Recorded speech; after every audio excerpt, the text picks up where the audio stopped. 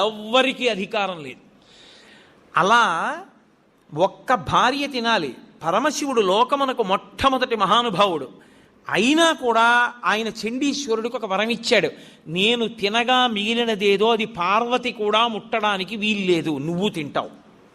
కాబట్టి నివృత్యై చండాంశ స్త్రిపురహర నిర్మాల్య విముఖై. అందుకే మీరు శివాలయంలో కొబ్బరికాయ ఇచ్చారనుకోండి, కొట్టి మీకు ఇచ్చారనుకోండి, మీరు దాన్ని ప్రీతితో చూడకూడదు. దాన్ని అలా చేత్తో పట్టుకుని మారేడు దళాలు చండీశ్వరుడి దగ్గరికి వెళ్ళాలి.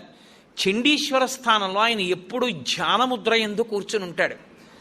దురదృష్టం ఏంటంటే చండీశ్వర స్థానం మీద ఏ శివాలయంలోనూ శ్రద్ధ ఉండదు. మీరు చూడండి, ఎప్పుడైనా ఏ శివాలయంలోనైనా ఎండిపోయి వెలవెలబోతున్నట్టు ఉంటాడు. అసలు శివాలయంలో 8వ శివస్వరూపం అది. అంత జాగ్రత్తగా ఉంచాలి దాన్ని.